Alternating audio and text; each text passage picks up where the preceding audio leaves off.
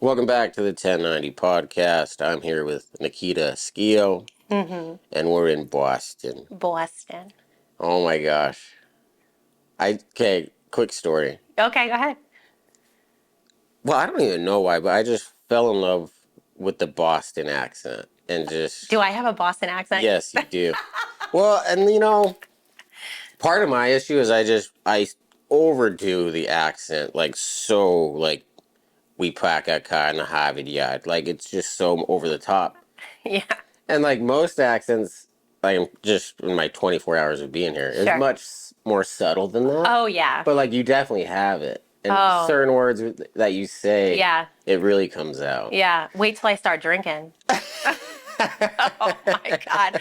I'm like the epitome of obnoxious. Not obnoxious like in an annoying way, but like you just don't even realize like your tone gets higher and Yeah. higher and higher. And then you're just kind of like, it's like, you got to shut me off after 3 or 4 because Yeah. I'm a cheap date. See, shut me off. Shut me off. Off. Well, Like it it's like, comes out. it's like because we're closer to Rhode Island technically, I feel like sometimes there's a difference between Rhode Island and Boston accents, Providence and Rhode Island. Okay. And sometimes I feel like I kind of like veer in the middle there. You know what I mean? So Yeah. there's people who are like, you definitely sound like you're from Rhode Island, but then you get out of towners like you that are like, you're from Boston.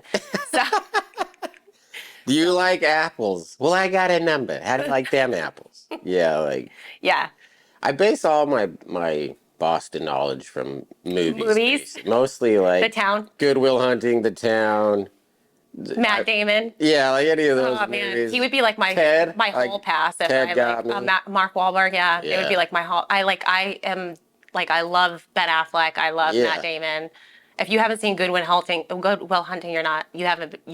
you're deprived. Like No, I watched all these movies right before we came Yeah. just to like I need to refresh Re-up on it? on the Boston. yeah. My favorite one is The Town though with Ben Yeah, Affleck. that's a good one. Yeah.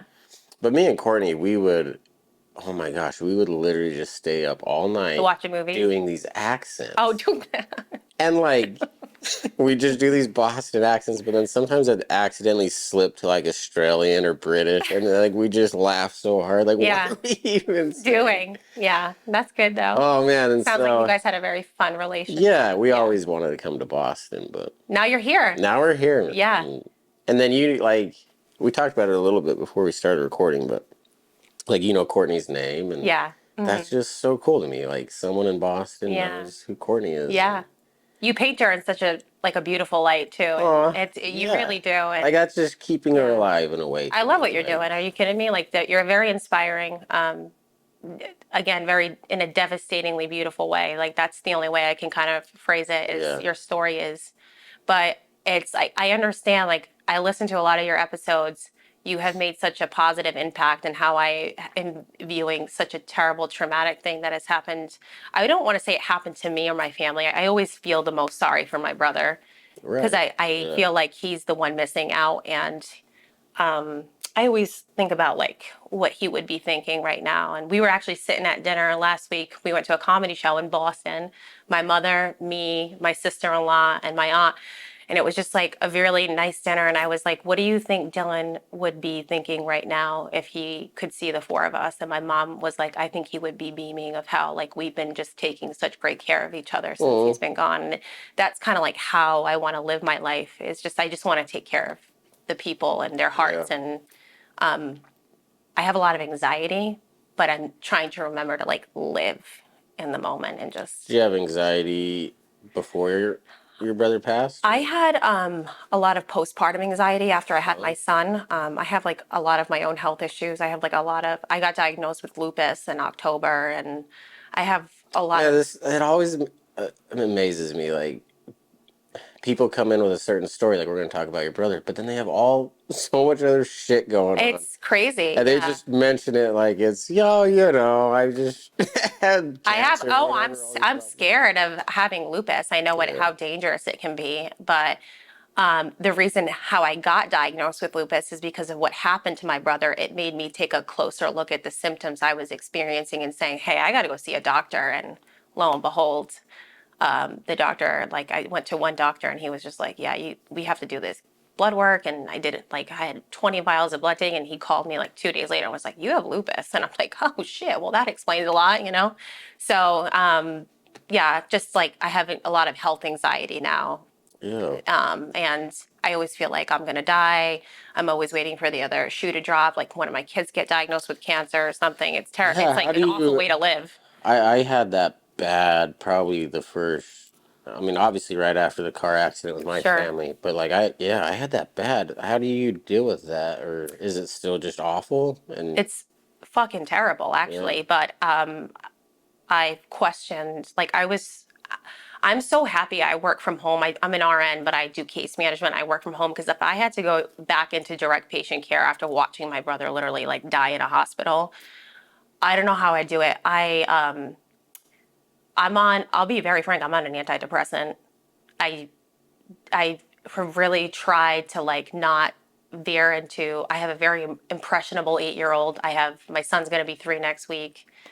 And I'm like, I picked up running because I literally was like, I need to like channel this in a positive way. I have little kids that are watching me. Like, my husband has his own like mental health issues. Like, I can't let this completely destroy my life and my family. I have to keep moving. And yeah, so I just tried to kind of like, I've always been very fit, like before I had my kids. And like, I was like, what am I going to get into? And so running for me has been like, the thing that's like I'm in my own head. I do a lot of my grieving and my thinking while I'm running, and that's that's like how I've been kind of like channeling things, and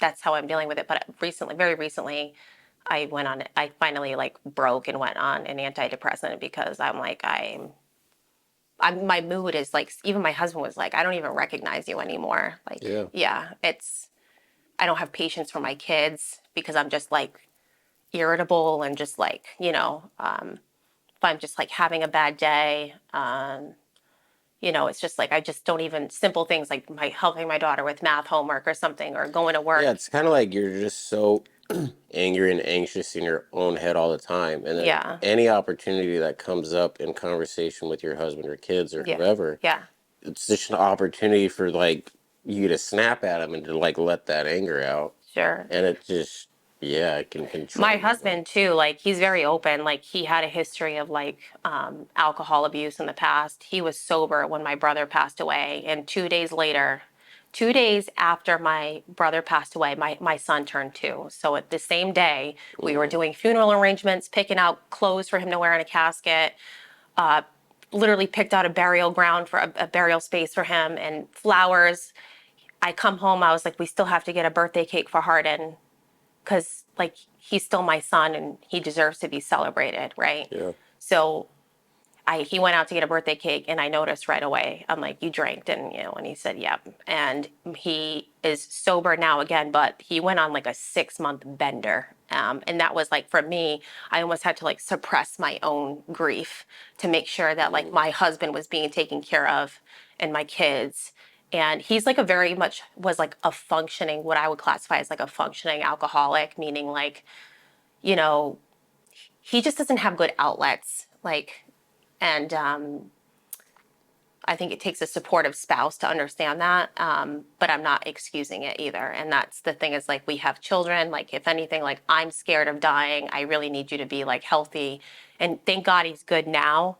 But it takes a lot of work and acceptance on that person's part to understand that like, okay, like I can't keep doing this either. Like he was really close to he worked side by side with my brother at my mm. they both worked for my dad. My dad has a very like established family So he, business. I mean, he took it hard, Oh really yeah, he took hard. it hard. He's known my brother. My husband's going to be 40. He's known my brother for 13, 14 years. My brother was like 13 when he met him. So Wow, he was like a like little a boy, yeah, like and it twin was just brothers like basically. watching his little brother Yeah, die. I remember calling him.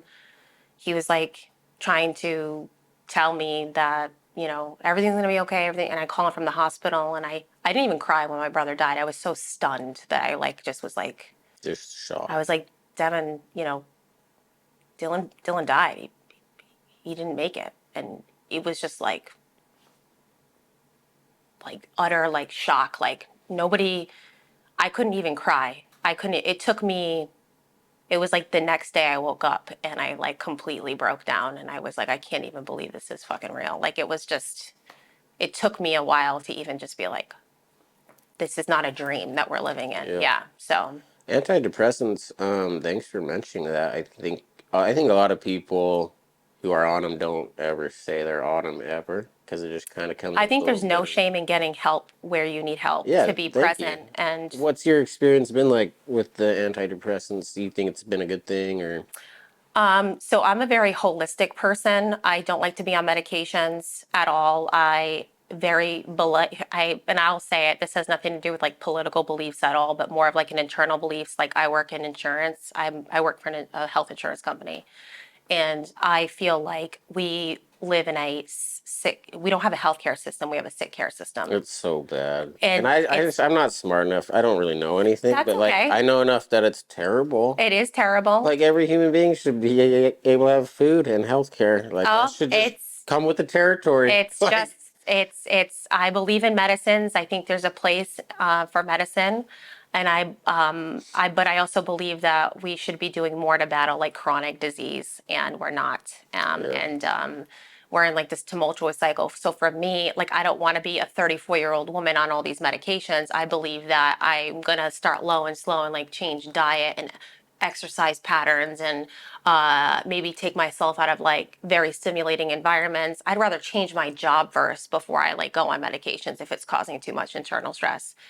While I was in Florida doing a half marathon, I was hospitalized because 2 days later, because I had this like dizzy event, and then I noticed my heart rate went really down and I almost like braided down, and I felt very symptomatic from it. And then I called an ambulance on myself. My husband's like, "What are you doing?" I'm like, "I don't feel right." Like, they did everything, EKGs, whatever. They're like, "You're fine. It was probably just an acute event." I started getting migraines and vertigo, like dizziness. Come to find out, it was like I went to see a vestibular doctor, and they're like, "Your nervous system is a wreck. Like, you need to go on an antidepressant or an anti-anxiety." Because I was like, I'm not depressed. I'm grieving. There's a difference. Like, right. I'm not depressed. I don't want to There. kill myself. I'm not Yeah. sad about my life or anything about my life. I am grieving. And the doctor, I remember the doctor being like, "Oh, you're not depressed. You're just grieving. All right. Like, You'll snap out of it next you'll be Monday. fine." But like my body is showing like physical signs of stress in other ways. As much as I try to suppress it, it's like it's working against me. So when I tell you like I was dizzy driving, I couldn't make it through the day like with my kids, like just without having to sit down because I'm like, what is wrong with me? I can't even look at the computer screen. They're like, you need to go on an antidepressant and guess what? 90% of my symptoms went away after 3 weeks of taking the So it's been very antidepressant. positive. It's been positive. I don't Yeah. want to be on it forever, and I probably won't have to be. But Right. right now, obviously, like it's only been a year, and a lot has happened this year, and my Man. body is just It's only stressing been a out. year since It'll be a year you on broke. Wednesday. Yeah, Man, yeah. yours like. Sorry, I don't mean to laugh, but like The first that year first year I is was just has a been like blur. horrible. Yeah. Just a blur. And you don't know if it's the slowest year of your life or maybe the fastest, or My you opinion, just it's don't been the even know. fastest year of my life. Yeah, it's, It's but as far as my brother, we have a very close-knit family. He's the baby. oh, I have an older sister. Her name is Sasha. So it's Sasha and then me. We're like 15 months apart. And then my brother's like 7 years younger than me. And he was born like a sickly baby. He had open heart surgery at Boston Children's when he was 4 months old. He was going to oh die, man. essentially. Well, So my parents have always been like very protective over him, gotcha. very protective. So he like has been pretty overweight his whole life, like always worried about his weight affecting his health, always. Like we were just, always on top of him, like especially so then he had his son in 2020. His son is 4, Mm, and that was with he's married, but that was with a previous relationship.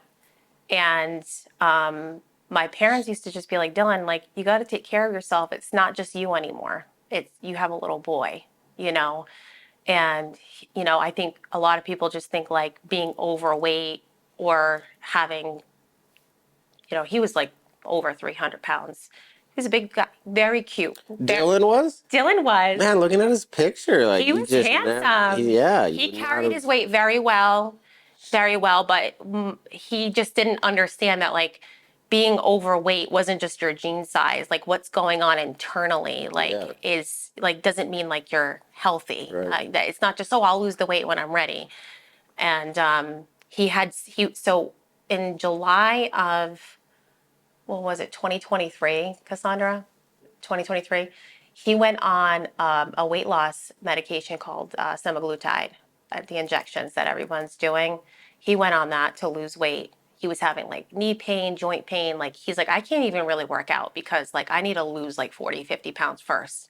So we were like, okay. He was on it for like 5 months. He had a lot of like the side effects from it, like a lot of like the GI, like the nausea, constipation, diarrhea, like stomach pain. And he it was kind of just like shifted away by the doctors. Like, oh, he would complain about it, but then he'd be like, the doctor would be like, yeah, yeah, these are side effects with the meds, just like lower the dose, whatever you're out. And they are very common side effects. So the problem was we were like this he went on in July and then like February of 2024, I noticed he was complaining of pain. He was like so full after like 3 or 4 bites. Like we'd be out to dinner at my mom's birthday was in February and he had like 4 bites of food and then he was like so uncomfortable eating. Like and I was like, Dylan, that's like not normal. You know what I mean? Like I'm really worried. Like he's like, I thought it was the medication, but this was in February. In January, he stopped the medication. He's like, I've been off the medication for 6 weeks and I'm still having these symptoms. And I was like, oh, that doesn't seem right. This was on a Saturday night. Monday, I called his doctor and I was like, he needs to go in for a CT scan because there's something going on there. Well, lo and behold, he went in with his wife. About 7 hours later, he comes out and he's like, they found a mass in my stomach, a tumor. And I like lost it. I was like, I remember sitting down. I was like, send me the radiology. I wanted to read it. Because you've been, I mean, you're a nurse. Oh, I know what I'm looking at. You've Yeah. been a nurse for how long at this 12 point? years. 12 years, yeah. Yeah. Um, and so he sent me the radiology and he said, the doctor said I'm an otherwise healthy guy and like, let me leave. I was like, you didn't do blood work or anything on you? And he's like, no. And I like couldn't believe it. No, he's such a guy, man. Like, Well, he told me. So I was like, so back in October, he was feeling symptoms. And I was like, you could have like a bowel obstruction from these medications. Like, why don't you go in and get a CT scan? So when he called me, he said he had mass. I'm like, well, you just went in. You just went in for a CT scan in October. So this must be like a new mass, right? And he just was like silent on the phone. And I was like, what?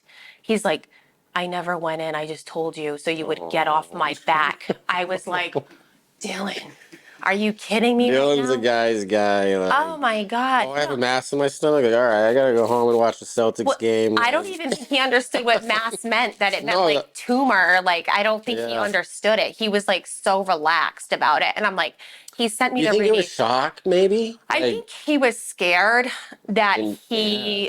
I think he knew But how long. I think that's one of the reasons people don't talk about it. Is like, well, if I don't talk, it's not real unless we talk about it. Like, if we just don't talk That was about very it, much Dylan. He yeah, suppressed a lot of it's like things. that's not how anything works, man. Yeah, that was very much Dylan.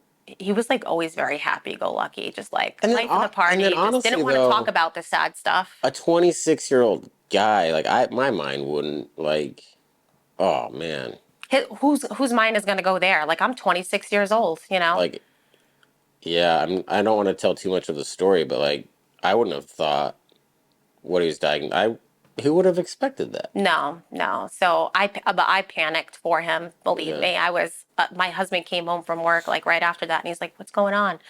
And I was like, "They found a mass," and he was like, "Doesn't mean it's like cancerous." And I just had this like gut feeling. I was like, I looked at the radiology report. It looked like metastatic cancer from the cancer that had just like spread everywhere, like stage 4 cancer. And from reading the report, and I just like sat in the chair, and my husband's name is Devin, and I was like, Devin, like every family has their tragedy. Like this is going to be the one that brings us to our knees. I guarantee you that. And because you have to like understand, like if it were me, because I'm such a hypochondriac, the moment I don't go 2 weeks without feeling a symptom, I'm right in my doctor's office. My husband makes fun of me for it. He's like, another doctor's visit this week? And I'm like, fuck off, okay? Like, I'm taking care of myself. I have kids, okay?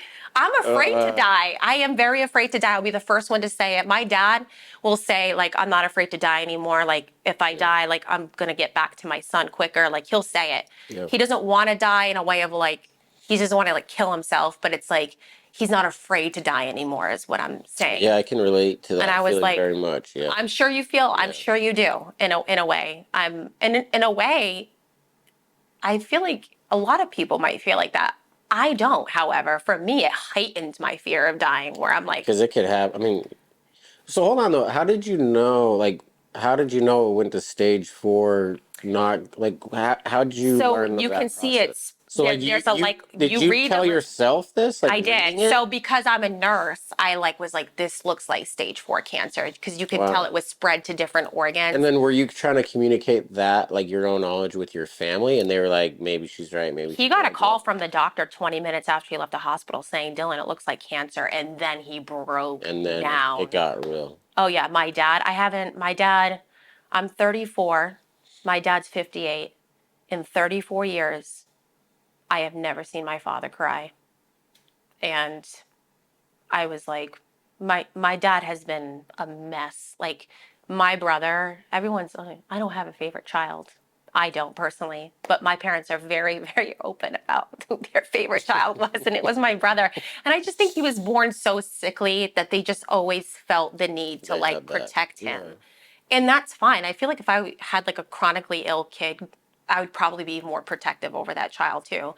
And they like my brother was like the literal love of my mother's life. Like, and I was like, if there was a child that this could happen to, it like that survivor's guilt kind of kicks in where you're like, Yeah. God, I said it to my parents like 2 weeks after Dylan got diagnosed. I came to their house crying. They watch my son for me while I work.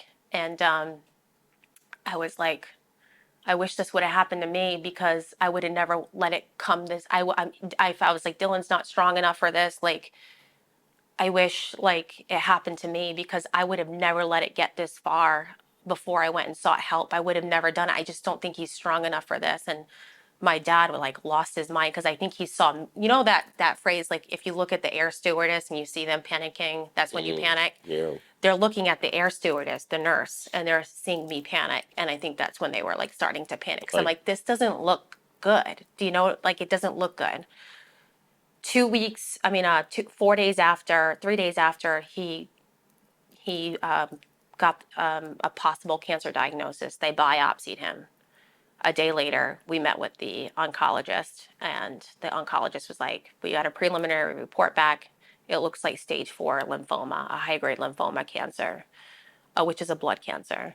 Um, and I felt like that because his blood work was reflective of that. And I was looking at his blood work and I was like, oh, fuck, like this doesn't look good. And then, like, the fact that his spleen was enlarged, and this is where it kind of all, whatever, takes place. I do case management. I was like, he was very worried about starting a family with his current wife, right? They're young. They were planning a wedding. That was another thing. He was a crazy bastard. Like, he got married and didn't tell anybody. He was fucking married and didn't tell. He showed up on Thanksgiving and he was like, I'm married. this is my wife. I was like, what? We knew it was, they were engaged, but Uh, they went to the justice of the peace on like a random August day after breakfast with his son. And they're like, yeah, we just got married, justice of the peace. But he didn't tell us, this was in August. He didn't tell us till like Thanksgiving. And I was like, you're just nuts, honestly. Like, but he like wanted to always be a husband and a father. And I'm just so glad that he accomplished those two things before he passed away. And I was always like, what's the rush? What's the rush? Right. And now I'm like, maybe we don't really have time. And that's why you shouldn't wait to do things that you feel so passionate about, because yeah. you really don't have time. You think you do, but you don't. So I'm glad that he did do those two things before he passed away. I like think about that all the time. Like his headstone says, loving husband and father. And I'm like, I'm so glad that that's on there for you. You know what I mean? Yeah. I think I just said this in a previous podcast, but I think like we're all gonna die. Like we're all It's the gonna only thing that's die. guaranteed in life is It's that the we're only all thing going to that's die. guaranteed, and I think all we can do, or the best thing we can do to combat or fight that, is Mm, to live. Like you gotta go live. Like your life. that's you gotta go live your But life, I'm man. struggling very hard with that right now just Oh, because the my survivor's anxiety. guilt Yeah. and Yeah. anxiety. What? Well, before we get to that, Yeah. um, I just want to talk about before the news of your brother and then after. Sure. Um, is like the shift of, for me it was Mason before the car accident, Mason after the car accident, and maybe it was after Dylan died. Mm, Maybe that it was more of this shift. But I just want to talk about that 5 seconds of your life is this, and mm, then now it's this, this. and what that was like for you, and maybe how long it kind of took for it to actually sink in. Maybe like, what is going on with my life now? I still feel like that. Because it's I only still been feel like that. it's I only feel been a like year. I literally sit back and I'm like, God, my husband is like super philosophical and he's kind of an asshole at the same time. He's like got that. Most people that do philosophy are, I yeah. feel like he's my yin to my yang though. Like he keeps me very grounded in a way. And he used to always tell me when I would complain about very minute things, it would be enjoy your current problem. Wow. Deep. Yeah, I might have a drink after this. There's a bar downstairs. Yeah, well, I just said to her, if we get there early, we're going for mimosas. Yeah, Cassandra's here. We haven't given her a shout out yet. Cassandra's here, my brother's wife. Cassandra's here. She's like my little sister now. I said, Yeah. well, that was another, we'll get to that later, but like we promised, my brother had a lot of anxiety about what was going to happen to his son and his wife if something happened to him. And we Mm, promised my dad, my mom, myself, my sister, like we will always take care of his wife. We will always take care of his child. Never not take care of them. They will never go without. They will never not feel like their emotional needs are not met. They will always be welcomed in my house. They will always have a bed in my house, whatever is needed. And I actually like that's the one thing I'm like, we are so close. Like it's the one. It's such a blessing from all of this. Like it's just like just we haven't fought at all in like a year. And we're very loud. Like we fight. We have opinions. We're very opinionated. And we just kind of we've just been like so like let's just enjoy our time together. Like the little shit we used to nitpick, we're yeah. just kind of like, oh, whatever. Who the fuck cares? Like it's just like honestly, on to the next. Like it's just whatever. Everything's whatever. It's like Yeah. I'm just we're trying to do our best to like make sure that those wishes of his are what is set and like and the thing is like it's not that we're doing it for him necessarily like we want to do it, you know what I mean, we want to um we want to take care of his son and his wife always. I mean there's some barriers with that right now, we'll get into that later, but No, grief's weird like that because it gives you the feeling that you want to die. Like you want to die, but then it also gives you the feeling of they want me to live. Like I should go live the best life at the oh same time. And it's just like, oh how yeah, do I? I had a lot of deep conversations with my brother after he got diagnosed. Like I always like I like laugh because there's like almost a 7 year difference between him and I. And like, I'm the only, my sister doesn't have kids. She's very much like a gypsy. Like she like travel. I'll be like, what are you doing? She's like, I'm in San Francisco. I'm like, I just talked to her yesterday. You didn't tell me you were going to be in San Francisco. Oh, I'm running a half I marathon. like Like your gypsy voice. That's she's such good. a gypsy. Like I'm like, okay, like hippie gypsy. Like she's like the cool aunt, doesn't want to have kids, doesn't want to get married. She's 35. She's living her damn life. I'm like, good for you, right? So I'm the one with the kids. I live like the white picket fence life with like the suburby. Like I have like terrible style for a mom. Like I'm like my mom. Like it's like I'm just such a mom. It's insane. And then like my sister-in-law, like she's young. She's gonna be 23. So it's she's a little chickadee. So like she has, she'll have her time, right? So my brother was going to be the one that like get like they were like 3 or 4 kids. Like he had his son from his previous relationship, and like they were going to like live this like him and I had the most in common in that respect, where like our kids hung out. His son is 18 months older than my son to the day. So like always hanging out, like just like very close. Like my brother used to like stop at my house on a random Wednesday and be like, "Can I just like I got to shit? Can I use your bathroom?" And it's like, "All right, cool." Like, don't like. It's like I said to her the other day, I was like, I just miss him stopping by every Wednesday And after taking he a and shit. just taking a shit in my bathroom. It was like the best. Like but No, like that's that's so. the type of family. We don't knock. Yeah. We just walk in. We're just like, hey, whatever. What are you Like taking a shit or something? You yeah, know. like just don't do it in the kitchen, like the kitchen bathroom over there. Go upstairs. Like get out of here. Like that's like what I would say to him. Like, That's fair. yeah, fair enough, right? And so for him, like that's just type of like that's the family relationship we have. So it's like, and I forgot where I was going with that, but It's great though. Here's another question for you. So you have 30 days basically. we didn't So have time to wrap our yeah, minds so he's around it. diagnosed. 30 days later, he dies. How to explain what those 30 days was like? Was it, Um, or do you even remember them? Or I and are remember you them. just are you just waiting for him to die? Like he's No, gonna, so or what was the that thing with the like? stage 4 lymphoma diagnosis that a lot of people don't understand is that lymphoma is the most curable cancer. A stage 4 diagnosis is not a death sentence. I didn't know that. Yeah, it's not. It's actually the most curable cancer. And every doctor that saw him, this is their outlook. Well, if I was to have a type of cancer, this would be the one. Oh, They gave him a pretty good prognosis, like 60-ish%, 70% with first line treatment.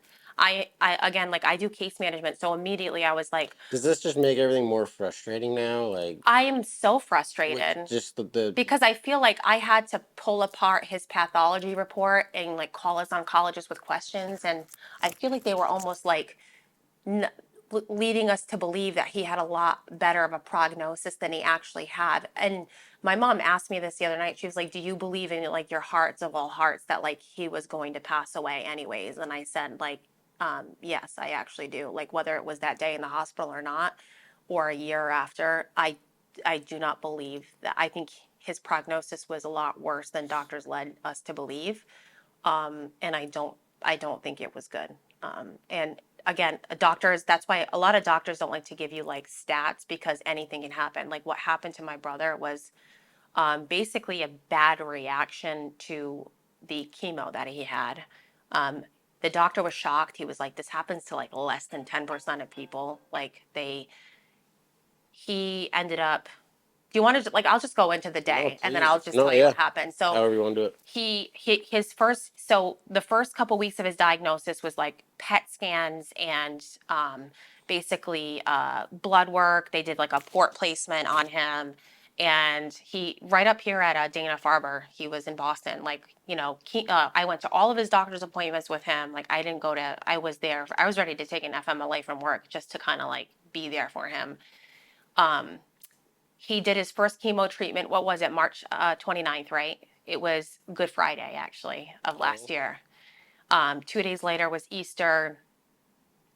And I remember just like looking at him Easter and like he just looked so sick to me. Like just like even like his breathing, he was falling asleep a lot on the couch. He was just so like, and I just remember seeing these little things and I was like, I just had this like feeling that it just wasn't gonna be good. I just was like, something just seems off here. And I'm not an oncology nurse. I have no idea yeah. like what I'm looking at, what kind of side effects. I don't know. And so a week later, um, I did a joint birthday party for my kids because both of them are April babies. And so April 7th, I did a party. And this was a week after his first chemo treatment. And he showed up to the party and he was like white, like your cup, white. He had no color in his lips, very gray, ashen. And I literally went up to him. I was like, "How are you feeling?" And he's like, "Oh, I'm all right." And I said to him, I'm like, "Dylan, I think we should go to the hospital because you look like you're bleeding somewhere." When you have a bleed internally in your body, you lose color. Sorry, I don't know who that is. No, that's okay. it was my daughter and my son and I had like a birthday party at like a gymnasium type thing, and he walked in with his son and his wife, and I immediately was like, you look like you're bleeding somewhere. You're white, you're ashen. He had no color in his lips. And so my nurse brain is like, okay, like you look like Red you're flags bleeding, right red away. flag, right? And then my other nurse brain was like second guessing myself because I haven't really done direct patient care in quite a bit, like years, at least 4 years. And I was like, okay, like, is this a side effect of the chemo? I was freaking out. Well, he got so pissed at me that he ended up leaving. Um, for he went home, like he stayed for a little bit, but then he went home and he was sitting there, and I remember him eating like a chicken wing, and he just couldn't even eat the chicken wing because it was like hurting just to eat a chicken wing. And I was like, something isn't right. Okay. So then we went home. I literally Amazoned a pulse oximeter to his house. I had my dad go over with a blood pressure cuff because I don't know Oh, what 50-something-year-old doesn't have a. such a nurse I sister. Well, if he's bleeding, his vitals are going to Yeah, show it. So that's why yeah. I was like, okay, but his vitals were actually fine. So I was like, okay. He was so scared, I think, with the reality. And again, I had a lot of deep conversations with him about it where he's like, he literally asked me one day, like very randomly, he texted me and he was like, Nikita, I'm like, yes. And he's like, do you believe in like your heart of all hearts that I'm going to survive this? And Mason, I couldn't even answer him. I was like, in my heart, I wanted to say no. I just had this awful feeling from the beginning. Yeah. But then I was like, you know what I did? I deflected. I was like, are you like going down a Google rabbit hole? Like, why are you asking me this? You know? And he's like, I'm so afraid of what's going to happen to my wife and my child if something happens to me. Like, what am I going to do if something happens? Like, what are they going to do? Like, I have so much more life. He's like, life just started. He came from like kind of like a very tumultuous relationship with his son's mother before this. So he was finally in a good place mentally.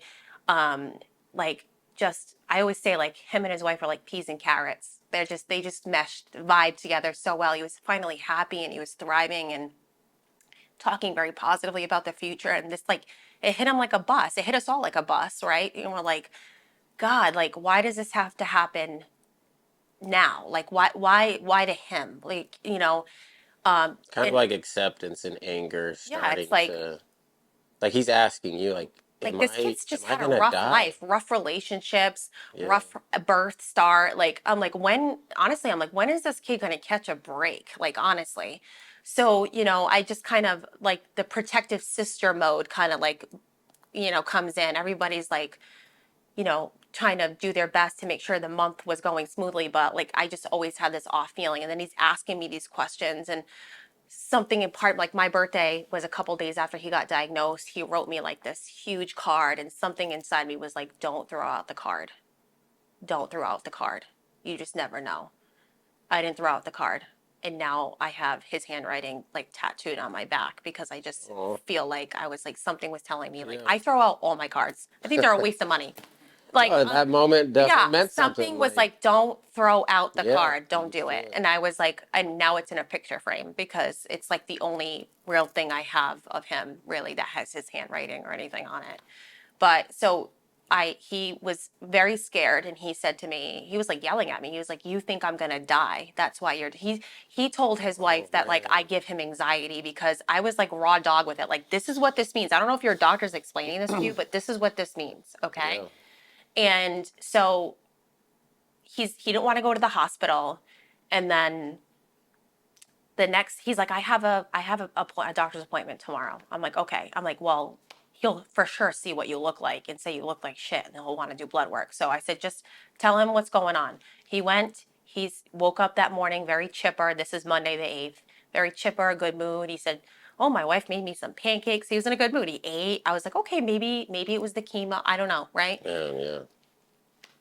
Then he went to an appointment at like 1 o'clock. The doctor told him exactly what he wanted to hear. You look great. I'm like, you look like a corpse. He lied to your Yeah. face. I Yeah. don't know why. So he didn't want to hear it. About 4 hours later, 5 hours later, I was coming home from church with my daughter. It was like 6 p.m. Something was like, call your brother. So I call my brother. I'm around the corner from his house, anyways. And I was just calling to check in on him. And my mom answered the phone. And I was like, why are you answering Dylan's phone? And she was like, sounded very panicked. She's like, Nikita, um, your brother passed out. I called an ambulance. He's vomiting blood. Oh And I my was like, God. I threw my phone and like screeched tires with around the corner. My daughter was in the car. I was like, we're going to, TT Dillon's house. Like, don't get out of the car. I didn't know what I was going to walk into. I was like, don't get out of the car. She said he passed out. In my mind, I'm like, does he have a pulse? Like, what? I'm around the corner. Like, I'll start CPR if I need to. I don't know. So I go, and the ambulance is already there. EMS is already working on him. He looks very white, gray, at like again, like even worse than the day before, and he was vomiting. Like there was piles of like frank red blood in his house. I'm sorry, Cassandra. I know this is really triggering, and I was like, okay, like they're taking him to Rhode Island Hospital. I'm like, okay, so I have to go home. I drop my daughter off. My husband comes home from work. Like I was like, I got to go back to the hospital. We get there, and he's in the triage for a bit, and they're like, yep, we did imaging. He looks good. It's a GI bleed. We knew he had an ulcer in his stomach. The ulcer started bleeding. The chemo is what did it to him, really. It just made it his already active ulcer. That's where they biopsied for cancer, and they said that the cancer had spread. That's what that ulcer was. It was cancerous. So I was like, okay. So I was like, okay, what are we going to do to stop the bleed? Because they just kept saying, well, his vitals are stable. His vitals are stable. His vitals. I'm like, okay. So I stood with him all night. My parents were like, you're going to stay with him, right? In my mind, I know it was smart for me to stay with him, right? But did I want to stay with him? No, I didn't. Why? Because I just, again, had a feeling that it was going to be a long night. Like, I'm not going to be, like, I didn't want to see him like that. He looked the most delicate I've ever seen him. Like, just picture this, like, 5'11", 6-foot dude that's 300 pounds.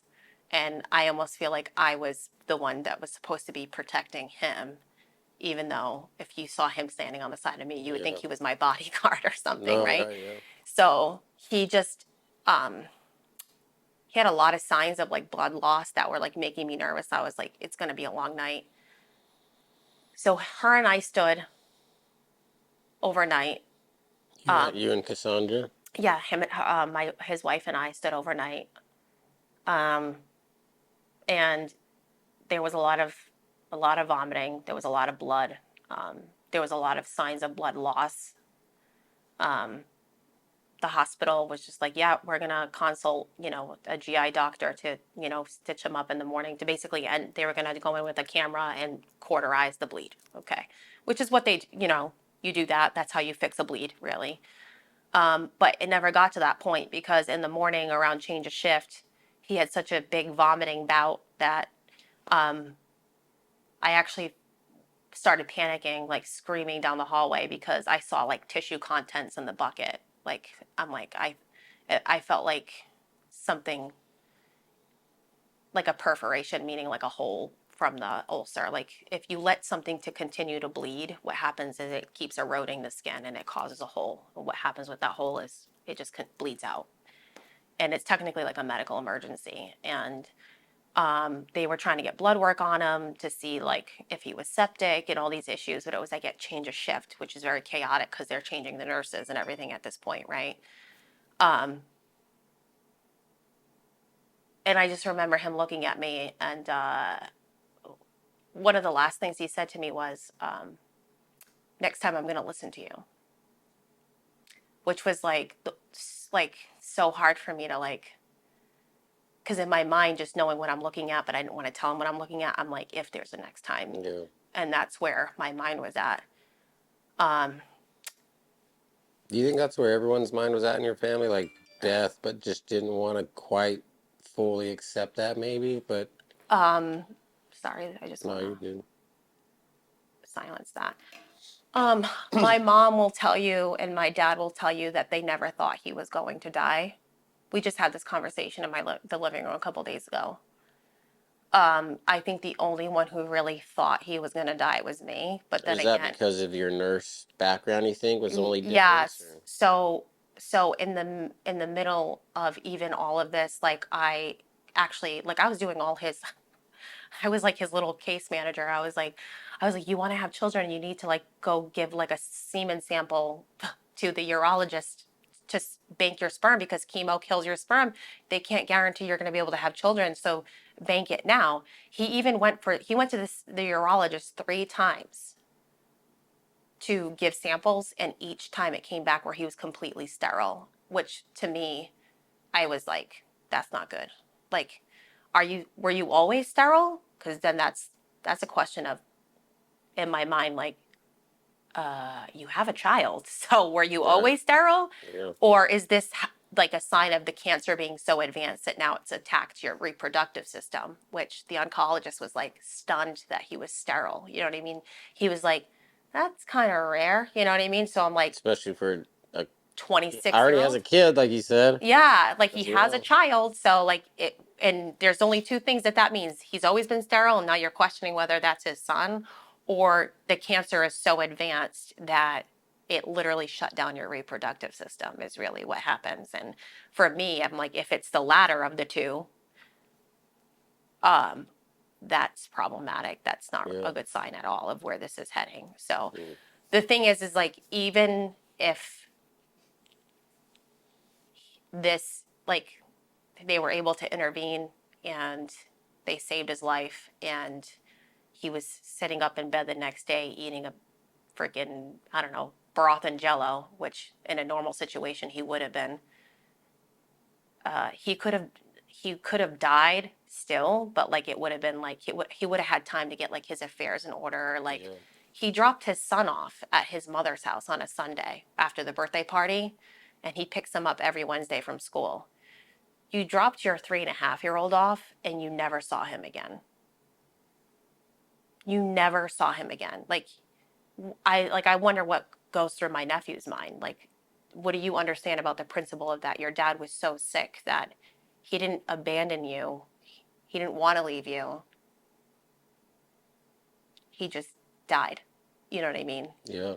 That's like, what do you understand And with like, that, you if know? me and you have anxiety issues about someone suddenly If an dying, like, adult has who problems knows? grieving and wrapping their mind around it, Yeah. what makes you think a child And, isn't going to have, and, like, and most and adults do it too, but a lot of children end up just blaming themselves because they don't know what else to do and to make the world safe. questioning if they're lovable, like where their Yeah. sense of self worth is? And I think about all these things, and I'm like, gosh, I wonder what he's thinking. You know what I mean? Yes. Because, you know, um, to be in a child's mind. Again, if an adult has a hard time wrapping their mind around it, like, why wouldn't a child? You know what I mean? Like, we can rationalize things, we know Yeah. things, they don't. So, but one of the last things he said to me was like, next time I'm gonna listen to you. Like, meaning like he's You not gonna wait to get you help. remember those words, huh? Like, it's Like, ingrained in my mind. It makes me feel guilty in a way that like maybe I didn't do enough, and or also like, don't you can't quite tell him, like, I don't know if there will be a next time.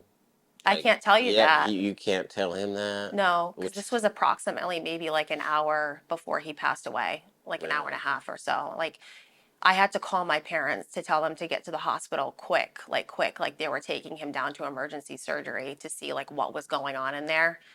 And they got there, and maybe like 15 minutes later, my sister was there too. She ended up coming. So it was my sister, me, my sister-in-law, and my parents.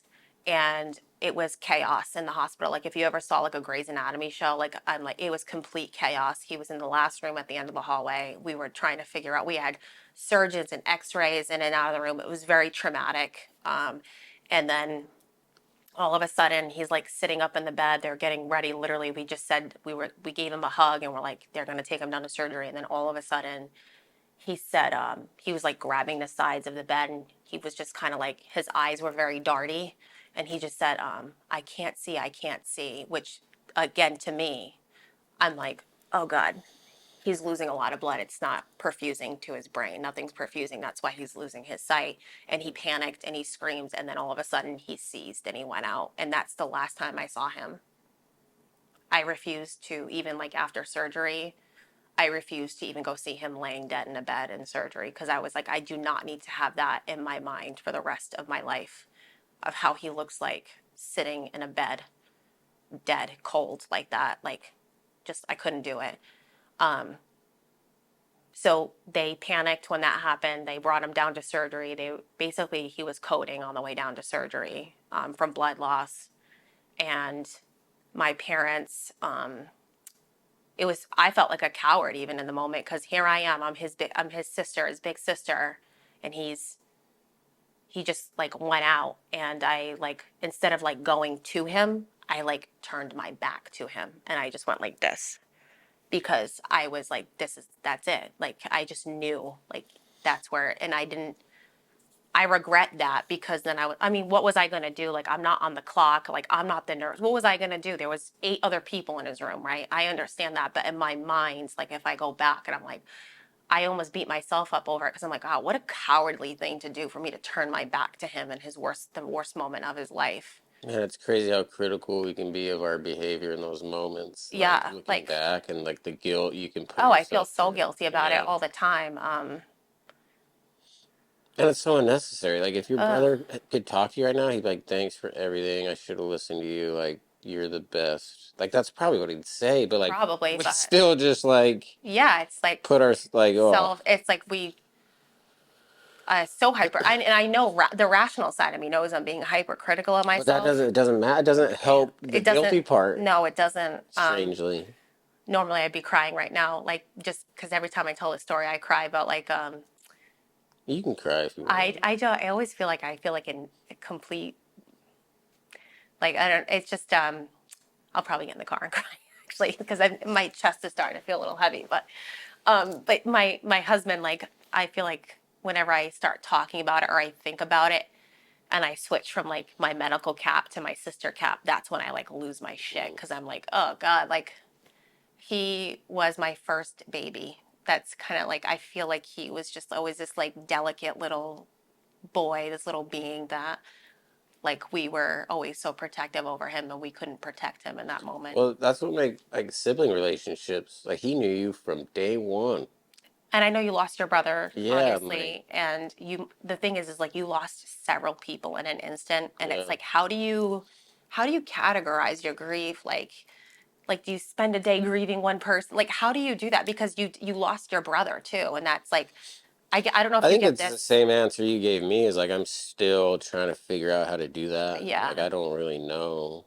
Um, it feels very outside of my control sometimes. Like my mind, like I was just driving in my car the other day, and the car in front of me had a bike, like a bike holder on the Mhm. car, Mhm. bike rack, and on the bike there was a little kid seat that goes in front of the adult seat. So it's a little baby seat with little baby handles and little foot pedals. Mhm. And I just started to cry. That I just saw the bike, not even a little kid, not even a little Mhm. girl or a little boy. But you're I just saw imagining. the bike and just like Yeah. Yep.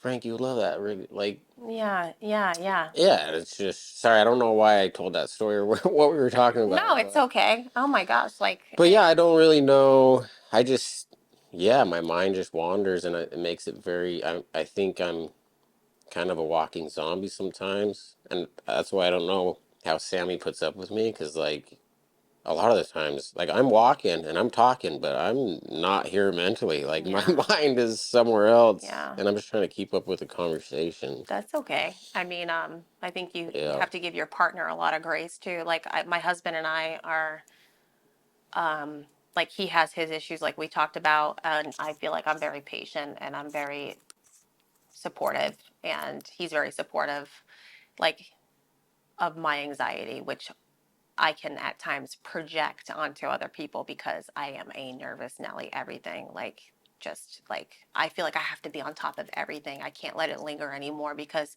my brother let his thing linger for too long and it killed him. And Mm. I can't do that. I can't do that. And it needs to be addressed right now. That's where I'm at. Like, and if I don't get my answers right now, I am a walking asshole to everybody. Like, I'm just like, I, I don't, that's the part that I have problems controlling because I don't let anything sit. I don't do that anymore. And I feel like a part of me everyone likes to say your brother was a grown ass person. Like if he didn't want to address it, like that was his thing. But like part of me is like I should have put him in the car that day to go to the hospital. I said I shouldn't Mm. have even given him an option. Like I should have, I should have, I should have, I should have. That's Yeah, what I keep going the back what to. if game. Yeah, I've learned that when we play the what if game, that's a form of denial, and I think it's so true. Like we can't even spend a moment thinking of our current situation. We just want to think about what could have done in that moment to back change then, it. and Yeah. we're just stuck. And like, I Hmm. think that's so true. Like, I think a lot of times we think of these stages of grief like very black and white, White. but like no, like there's so many forms of denial that everyone's doing Yeah. daily that they don't even know. I think. I agree. I agree with you, and I'm starting to understand a lot of this. So I've been seeing a grief counselor every 2 weeks since my brother passed away, like through a televisit. How? What's that been like? You've been liking those or No. no?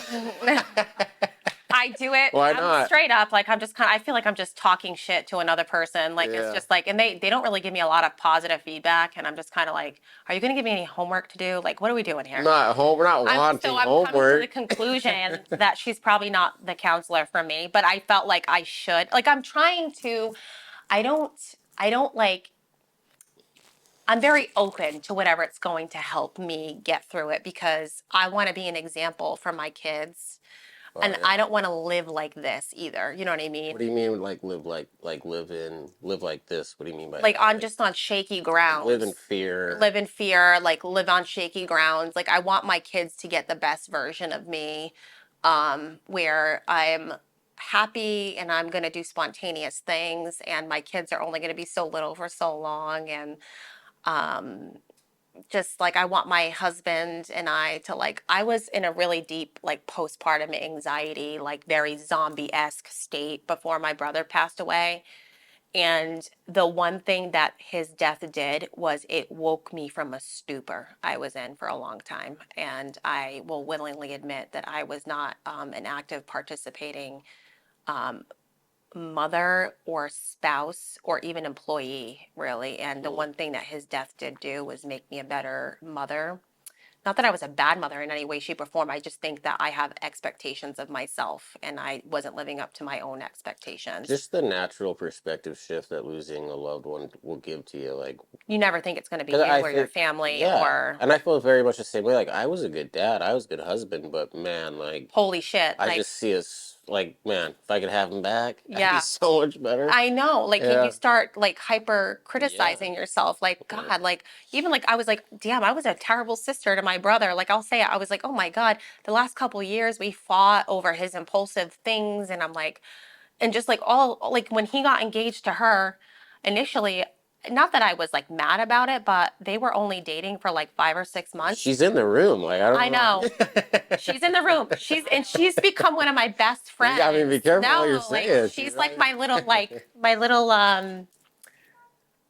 pineapple. Yeah, but she's like my little protege. You Like didn't love it at first, but I didn't now, because but he now you came love from it. such a tumultuous relationship prior that he kind of like rushed into. And I was like, please don't do that again. We are supposed to learn from our mistakes. And then he shows up and he's like, I bought her a ring. And I'm like, you did fucking what?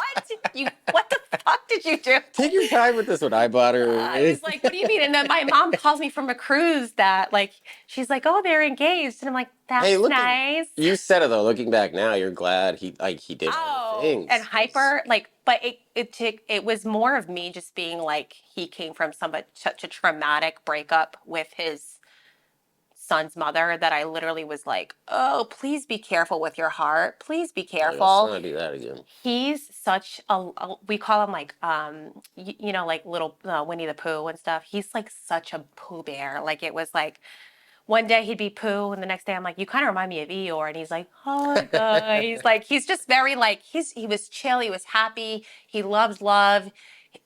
I'll tell you, he lived more in 26 years than most people do their entire life. So like that, I can't be upset about. To me, I'm like, I just feel like he passed away. He didn't have to die there, and I feel like he could have died with more dignity, and that's what upsets me the most. Is like had we maybe recognized some signs earlier on, Yeah. he'd still be alive, and even if he didn't survive it, and at the end of it anyways, he would have had time to write his son letters or like get his affairs, his financial affairs in order, which is a Yeah, fucking nightmare, by the way. Like dealing with like what's going to happen with his house and you know, it is a nightmare, visitation with his son. especially while everyone's grieving too. So I mean, Everyone's it's just grieving. yeah. And that's another thing is like a lot of people don't know. Like my dad's a pretty well-known person in the community from like he has a very well-known business. My brother was like a little CEO in training. He was going to. My Mhm. dad's plan was to retire and Give it, give it to him. give it to Dylan. And he had what? How many people did we have at his wake? Like 400? Oh wow. Yeah, there was like a lot of people. Like we had police detail for like the wake, the funeral. It was a lot of people. A hundred cars in his funeral line. It was a lot. Yeah, Um, but that had to make you feel good though. Like it did. yeah, Oh yeah, like like he impacted like more than you would have yeah. thought maybe. I like just. I think even he would have been shocked, to be honest. Yeah, Not that any the amount of people doesn't really matter, but I think going back to like a lot of people think that he just died from cancer and they're not aware of like what actually transpired, like that there's a lot of trauma behind it. Like imagine like watching your little boy, he's 26 but like you're a little boy to you, or your brother or your husband literally die slowly in a hospital bed over a small period of time. And and you're initially, a nurse that kind of knows things that was frustrating for you to sit through maybe as well oh, to a add little to frustrating. Yeah, it was the frustrating, and it was frustrating to, I don't know, I questioned my entire identity after that. Like, do I even want to be a nurse? Like, do I want to do this? Like, yeah. I Like like, who am I who even? am I? What's the Like, am point? I a pawn in a system that I don't really believe in anymore? Like, literally, that's like how I have Like felt. this is the healthcare And I system that love I'm a being a part of. nurse. Like I love my job. I love being a nurse. I love helping people. I actually went back to work like a week and a half after my brother passed away. I was just mm, like, good just for you, I man. just Like fucking went to work. I I was still have never gone back to work. my dad took Podcast. like 6 months off. Yeah. My sister like we but I mean, losing a kid, like when you were talking about your dad earlier, like yeah, even my dad, he still walks around like he'll never. My parents, that's another. I'm like grieving my brother, but my parents will never be the same. My kids don't have the same version of grandparents that they had. yeah, It's just a like, version of like, when you lose a kid, like you just kind of want to die. You're just dead inside. oh It's yeah, hard to like the fake mask we all put on when we go to get outside. through It life. that mask just gets really heavy. It gets heavier and like yeah, people can just see right through it. Like they're hurting over there. My another reason why I feel like it's important to tell his story is because like Yeah, we haven't seen his son since September, and we're like in a big litigation right now with that for my parents to get grandparents visitation. But like his son, I feel like the only way he's going to know his dad is by we're his memory keepers. And my parents had, when I tell you my mom never worked. She took care of all her grandchildren. My brother lived across the street from my parents. His house is like across the street, and like she spent the most time with his son. We probably haven't gone more than like a few days ever in his life without seeing him. And like she just his we haven't seen him since Labor Day weekend. Like she just I'm like, oh, so now we're in court with that, and it's like mm, I fear that he's never going to know his dad's story, how much his dad loved him. I fear that, you know, I hope he listens to this one day so he knows, like, from the horse's mouth, somebody who was there. Like, this is his story. He loved you so much, and you were his pride and joy. He worried about you.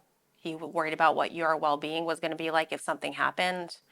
And the reason why, even though, like, litigation, like, the law is not on our side, it's always on even though my brother was a very participating parent, he's not here yeah, to fight for that. So the law isn't on our side, but like we still have to at least try to basically try for visitation, because I think for our own principle and conscience, it's like my brother worried about the well-being of his son and his wife, and we told him we would take care of them always. And if the law says then we don't have legal rights to him, that's one thing, but at least we tried, and that's yeah. where we're at right now. My kids are also very very close to him, and even my daughter would like You think 9 year old, like my daughter, she's super inquisitive. I don't know how Blue is. She's gonna be 9 at the end of the month. I don't know how Blue is. Like, if he does he talk about his mom at all, or Yeah. and how do you Mhm. feel like when he talks about his mom? I love it. You love it. Yeah. Does he get sad, or is he like happy when he's talking about her? It's always been happy. Okay. And I think I talk about her pretty openly. Like mentioned her this Oh, I morning. cry like a baby in front of my daughter. Yeah. Like, I want her to know it's Yeah. And normal. I think Yeah. I've done that so much that he's able to feel comfortable doing it as Yeah. well. But he was so young. He kind of struggles to remember a whole lot about her and everything. But That's so he yeah, was we at try to what, have an open 4? dialogue. Was he 4? Yeah, he was 3, but 4 days away from turning 4. Okay. So my nephew was 3.5. Oh, it's so very similar. Yeah. So our fear is that like he's going to forget his dad and Yeah. she's not doing anything to make sure he's remembered, and It's that is very frustrating for us. sad. And it's sad. It's very sad Um, and helpless too. Like what? Like there's and only he can't so make much that you can decision do. for himself right now, because what does a 4-year-old know about the principle of that, right? Right. So, even though the law says that you can petition in Massachusetts for grandparents' visitation, which we are, and we're again, and I don't want to speak about the details of that litigation, but where the purpose is more about principle. Like, if he ever came, even if they say you have no legal rights, whatever, right? At least later on in life, if he has questions and he finds us, he knows that we tried. Yeah. We tried. We Man, that's so tough. I like hope it's that just goes you well for have you to guys. try though. For Yeah. my brother, what else do you have to lose at this point, No, right? I mean that's the whole Not 1090. even just for my brother. We love him. He's my godson. Like, Yeah. we love him. Well, that's the whole 1090 thing. Like, My daughter cries. how are you gonna respond to this? Like, Yes. what How are are we you going to gonna do? respond? First of all, gracefully, because nobody's going to get that side of me. That's number one. Okay. Number two, I'm going to be open and honest because this is my truth about the situation. And I do think it's worth talking about, because I'm sure that there's other people going through similar situations that it's not spoken about. And Yeah. I feel very alone in this, to be honest, like, because I don't know anybody that's personally going through it, but nobody talks about. And the one thing I've watched a lot of your episodes, Mason, if you haven't heard, but I don't hear a lot of people talking about the messy shit of grief, like people going after their assets. That it's like, my brother was more than just money or Yeah. his house or whatever. It's like the people, like, you couldn't give me $2 million to basically shut my mouth about what happened to him. You couldn't give me any money about it. You want to know why? Because nothing's going to bring his laugh back. I'm never going to get a hug from him again. I'm never going to go on vacation with him again. He's never going to, have time with my kids again. My daughter sleeps with a life-size pillow of my brother. She loves my brother. She loves my nephew. She'll say to me, "Mommy, I know you don't want to hear this, but I really miss Elliot. Elliot's my brother's son." And I'm like, "I know, baby, we're working on it. I can't promise you anything, but we're working on it. Okay? Either way, you're going to be okay." And that's all I like. I don't even know what else to say at this point. You know what I mean? It's Yeah. like just trying to give her the confidence that, like, no matter what, life is going to be okay. It's going to Yeah. be okay. I just don't want to walk around an angry person. I don't want to be sad all the time. I know sometimes I'm like sitting in my shit and I'm like, "What are you doing, honey? I'm cooking dinner." I'm like, "I'm gonna drink this big bottle of wine right here, and I'm just gonna like hang out, and you're not gonna You get me off this chair. Today's my day. I don't want to do it." Like Wednesday, I'm like, I took the day off of work. I'm mentally not there. What are you doing? I'm getting inebriated in a cemetery. I don't even care at that time. My husband's picking Yeah, up the you need the kids. I don't balance. care. I'm getting inebriated in a cemetery. I'm spending time with my family. If you think it's morbid, that's on you. I don't really care. Can I ask you one more question, and we'll do movies and wrap this thing up? Sure. Well, it's kind of like two questions in one, I guess, but Ask away, it's Mason. kind of like how would you explain grief your first year to someone, and then kind of mixed in. And I don't even know if you're there yet, because the first year for me was just denial and anger and just. I can definitely get the denial and But anger so part. Yeah. maybe you don't have a good answer to this yet, but is there? It's so bad what happened. Is there anything? What are the good parts that maybe you like better about yourself now that you've kind of gained from such a terrible? How did you say it? You said it's beautifully It's awful, devastatingly beautiful. devastatingly beautiful. So those are kind of the two questions I want to end with. Like, how would you explain your My grief? relationship And with my parents my sister were always good. Now they are great. Um, my sister-in-law is like a little sister to me. She's become one of my best friends. And it's because honestly, you almost feel like would I have ever gotten this close to her, any of these, or not really any of these people, mostly her, if we didn't have this shared experience together that like it was just her and I in the hospital watching him overnight Mm. deteriorate. Just her and I.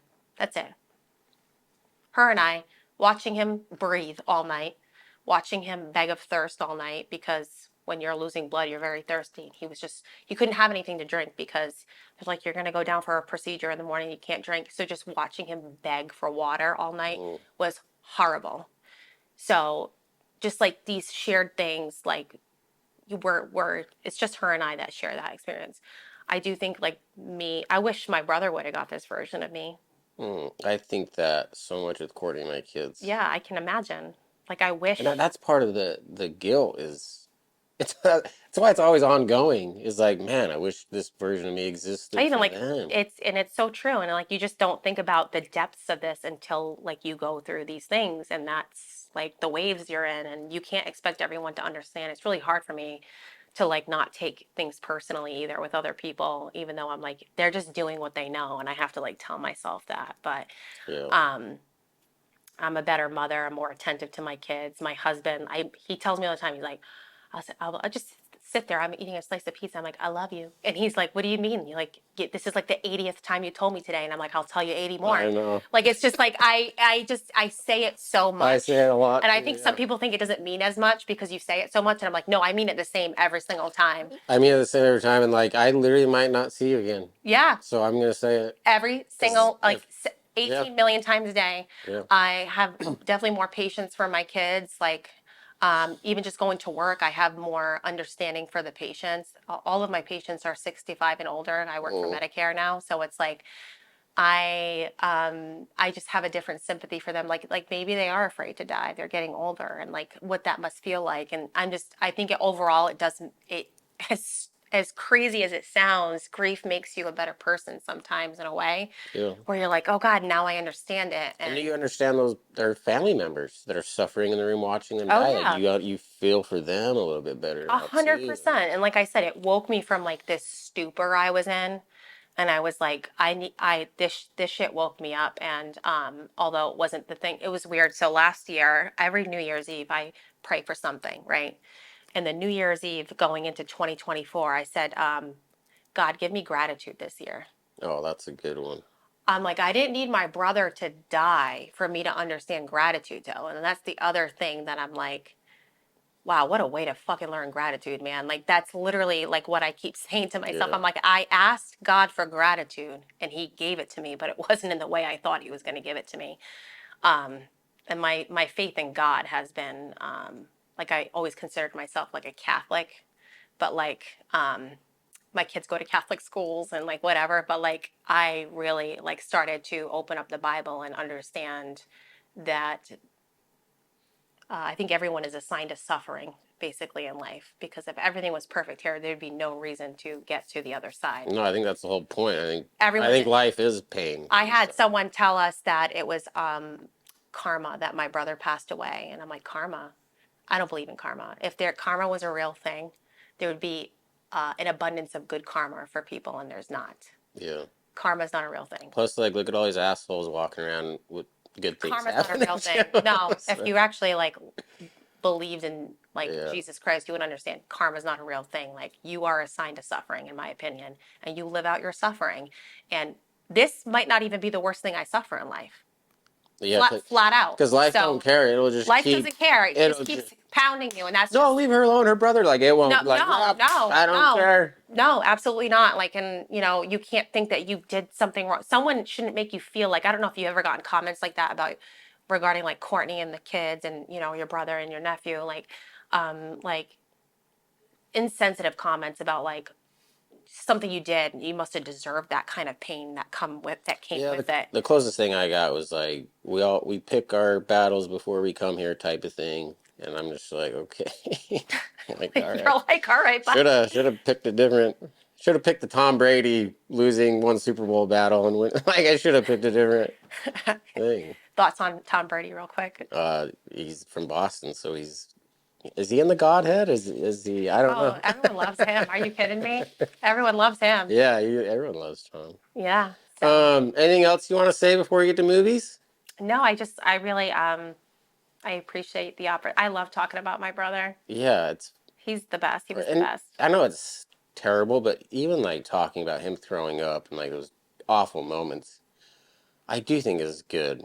Like I think it's good to acknowledge it, and like that did happen, and it is Oh awful, my God, we were and in you a should be sad, and you should be mad, we and are it's mad and okay to sad. We're cry. all the things. Yeah, Sometimes we just like share memories and we still laugh about it. And like one minute we're laughing, the next minute we're crying. We're like, oh God. We were in a Longhorn, her and I, with the family. We went to New Hampshire last summer. We took his son with us. This is before like situation with his mother got kind of a little skewed up. But she let us take him to New Hampshire for a week, and we were in a Longhorn, and some man behind me was choking on a piece of steak, and he was like vomiting. no, It was so triggering. I ran out the restaurant crying. I'm a nurse, and instead of helping the man behind me, oh I went wow, like this to my husband. This man's choking. My husband is a cardiovascular technician, and I just went. it just took you back to that moment though with your I was literally brother. like, this man's choking. My husband had steak in his mouth and he's doing the Heimlich while he's chewing his piece of steak.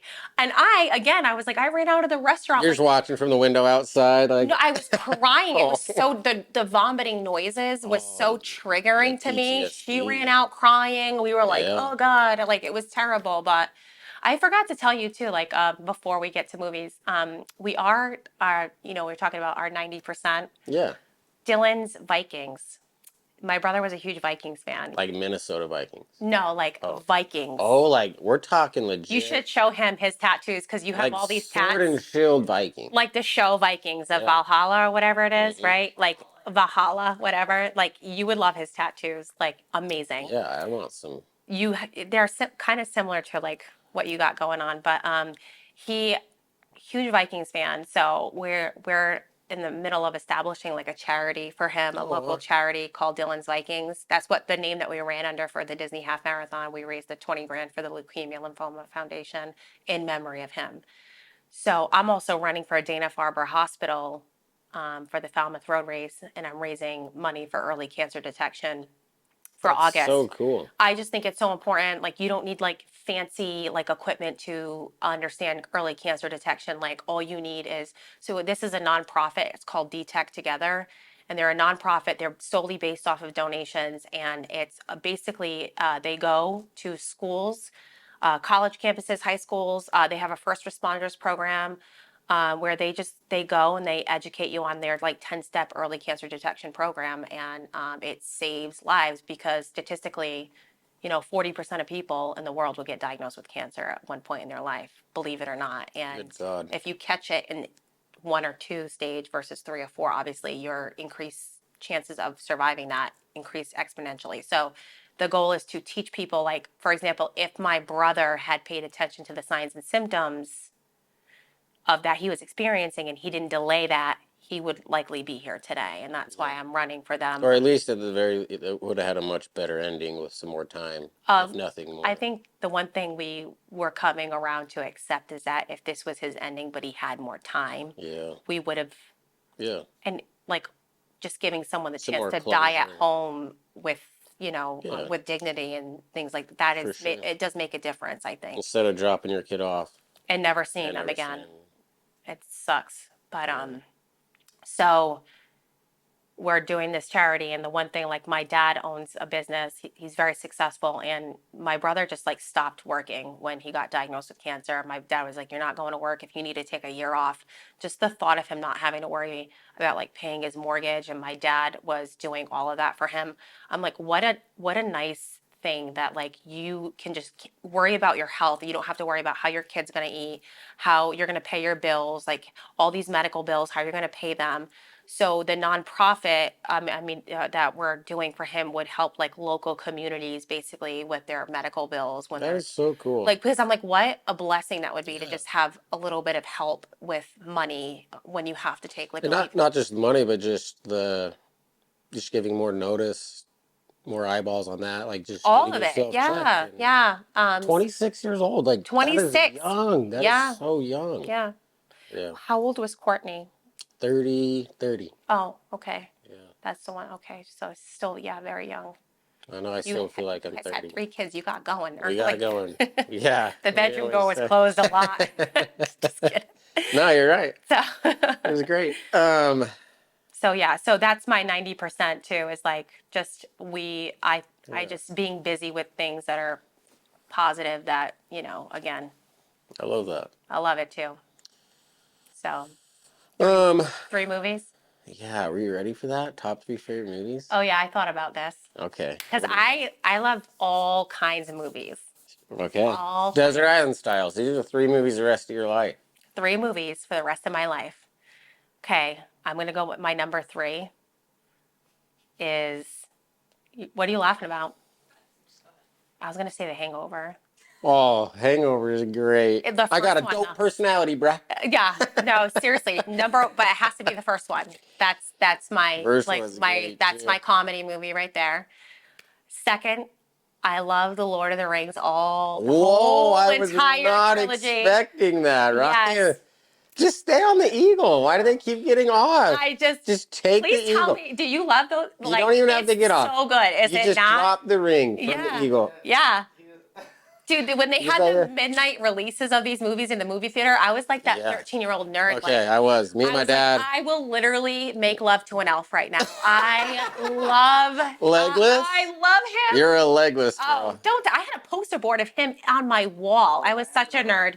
Such a nerd. Aragorn was my guy. He was, yeah, but Lego. I mean, look, he had the cute little. I love Orlando Bloom. Are you kidding me? So that would be the whole trilogy, though. That would be my second. The first one, you're gonna laugh. I just want to let you know, my brother was like a huge Harry Potter fan, but I'm not gonna say Harry Potter because then I'd be just no. It's just I like it. I don't. It's like I like Lord of the Rings better. My first one, you're gonna die. Titanic. My husband's like, Oh, every time this movie is on television, without yeah. fail, you have to watch it. I'm like, it was the first movie I saw in the movie theaters with my Rose, mom. Rose is a bitch. She should at least, like, at least try to scoot over. Try it out, and if it Try it. starts She to just like sink, let him go. if I'm it like, starts to sink, Jack can get off. But they didn't even try. Like, maybe it can hold both of I you. know. Try it. I Like, no, know. like, you're done, and I'm keeping No. this jewel, and then throwing it in the ocean later. But it's such a classic, and I have to watch it every time it's on television. So Yeah, I remember a little kid, and, like, when he was painting the naked girl scene, I'm like, oh, I'm like, okay. oh, This okay. movie's okay, I guess. I know my mom would she was like this during because we went to the movie theater. It was my grandmother, myself, my sister, and my mom, and she went like this, and I was like this. I was like, what do you mean? Like, what's going on over there that you have to Yeah. close my Man, eyes? I did. Okay, after you started with the Hangover, so I just did not see these other ones coming. But Because I watch all kinds of movies. So I was gonna say something like from like there's a couple Boston classics like The Departed and oh, they like did The that. Town, like Goodwill Hunting, like those are like classics that I also like love. So we'll say top 4 movies will probably be like probably I like The Town probably the best out of all of them. But I watch all kind. My husband and I were just watching Den of Thieves the other day. Like The first I one like or the second everything, one? Yeah, everything. Like Den of Thieves is good. we watch a lot of I movies. like a good bank robbing movie. That's The Town. Yeah, it's Yeah, great. but also Den of Thieves. Like a lot of shows. Like are you familiar with the HBO like Power? I'm not. Okay, so that I've been whole series watching. What I'm is so watching right good. now is The Righteous Gemstones and The White Lotus. Is Oh, White coming. Lotus. Yeah. Okay. Yeah. Yeah, Yeah. White Lotus is White good. Lotus. Yellowstone. Like all that stuff. Like we are. Netflix has all my money. Yeah. All of it. What I do on Netflix is I just scroll for 30 minutes, get frustrated, end up picking Seinfeld every time, and going to Oh, bed to that Seinfeld. makes So total sense. that's really usually what I do. There's a Hulu series coming out. The last of the series, the Hulu series. Oh my God, the one about the women. Holy shit! Now you're gonna make me look this up because I got it. This whole Oh my God. Come on, Cassandra. What happened was they went on this like strike. My God. What the fuck was it? Oh God, you're gonna make me do this. No, let me ask you a Boston question as you're looking it up. Go ahead. is like saying like, "Hey, fuck off, and fuck you." That's kind of like, "Hey, I love you guys. See you later." Basically, almost We here. are the rudest people Yeah, but you'll it's kind of ever. like, yeah, it's like just part of the culture here. Like, hey, go fuck yourself. How about Oh, that? have you heard anybody talk like that yet? A couple. We were walking down the street, and there's this one lady just popping off, and it was great. Like, Oh my God. thick accent. So, we are like that. I tried to keep it very PG with you today. Oh, you were PG with me today. Yeah, I was Wow. Okay. PG. Like we have really bad trucker mouths. It's awful. No, I love And my it. husband's like, so he doesn't like curse very much, and so it's so funny because my son's too. And the other day, I drop f bombs like it's nothing. I try to be cautious with the kids around, but if swearing is the worst thing I do, I think we're in good shape Yeah. here. Okay, I didn't kill Yeah. anybody. I'm not It's just a violent. word. Like, It's just a word. don't let a Like word my have so mom's much been power over like, you. yeah, I'm like, I have a very good customer service voice, and then I switch really quick. Okay, Yeah. so You get off the phone like, I work for Medicare, so we go from like, hello, Susan, to like, what the fuck in 2 seconds. So it's so crazy. But like, my son the other day, he was eating a chicken wing.